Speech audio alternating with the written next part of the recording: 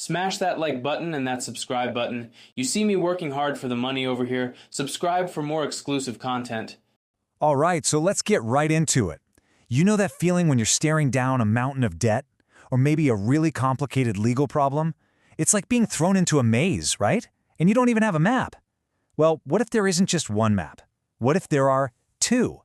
Two totally different ways to look at the whole game board, each with its own rule book, its own secret language, and its own finish line. Today, we're going to explore both. And this quote right here, this is where it all starts for so many people.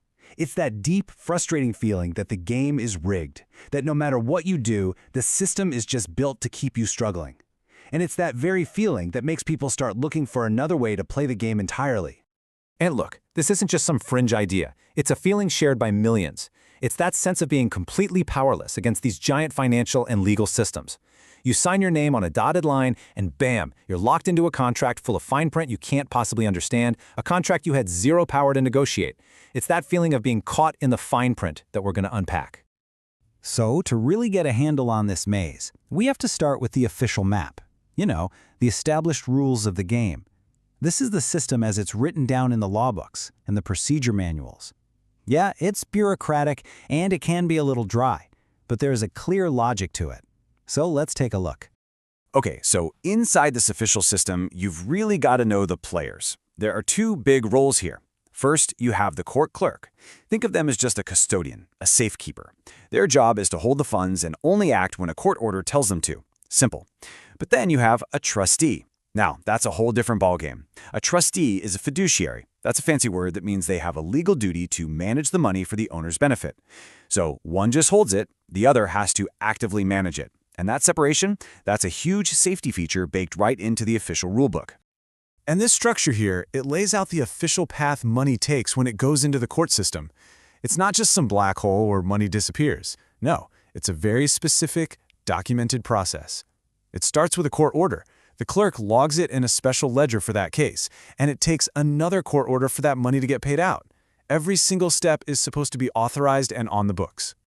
And of course, the system has to pay for itself, right? So when money held by the court actually earns interest, the county gets to take a 10% slice of that interest. That's to cover all the administrative costs of running the place. This isn't some hidden fee. It's right there in the rules. The other 90%? That goes back to the case. Now this list tells you everything you need to know about how conservative the official system is. If a court does authorize investing the money, they can't just go wild with it. It can only go into a very short, very safe list of things, like U.S. Treasury bills or FDIC-insured bank accounts. The goal isn't to get rich quick. It's all about making sure the original money is safe. Safety first. That's the mantra of the official playbook. Okay, but what if you don't buy into that official map? What if you think there's a hidden path? Well, that brings us to our second map, what some people think of as a set of unofficial cheat codes. This is a completely different worldview, built by folks who believe the real power is hidden from view in the official system. And it comes with its own rules, its own lingo, and its own unique strategies. So the core belief here flips everything on its head. In the public, official world, you're seen as a debtor, someone who owes something. But the people who follow this other map, they argue that there's a private side where you're not the debtor at all. You're the beneficiary, and you actually have the power to direct assets to settle things. One of the key moves in this playbook is something called a tender of assignment of credit. It's a bit of a mouthful, but the idea is pretty wild. Instead of paying a debt with cash, the theory is you can use the built-in value of the property itself, the equity in your house or car, to basically cancel out the debt that's attached to it. And here's another huge term in this world: holder in due course. The argument goes that when you sign a loan, you aren't just a borrower. You actually become the holder in due course of the property's title. And that status, they claim, gives you all these rights and control that you just don't see on the surface of the loan agreement. And this quote right here, this gets to the very heart of this entire alternative worldview. The idea that the U.S. Code, all those statutes on the books, is just a codification, not the law itself. It's a really radical idea. It basically says the written rules are just a summary, not the real binding foundation.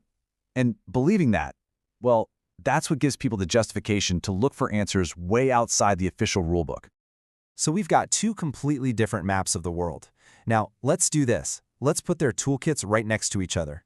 This is where all those abstract ideas get really, really concrete. you can literally see how differently these two approaches operate. And when you look at them side by side, wow, the difference is just night and day.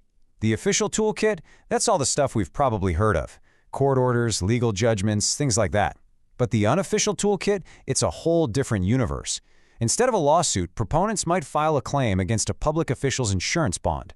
Or they might use something called a lis pendens to basically put a legal cloud over a property's title during a fight. You see, we're talking about two completely different sets of weapons for the exact same battles.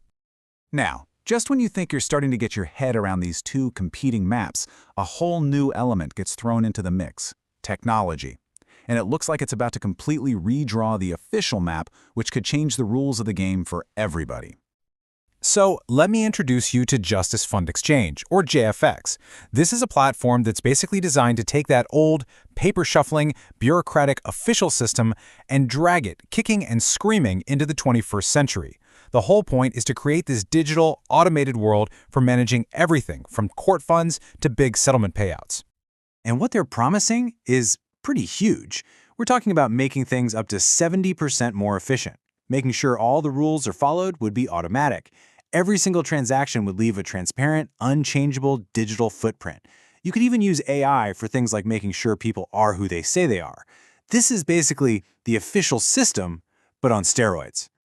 Now, all of that sounds fantastic on paper, but it leads us to one last really big question.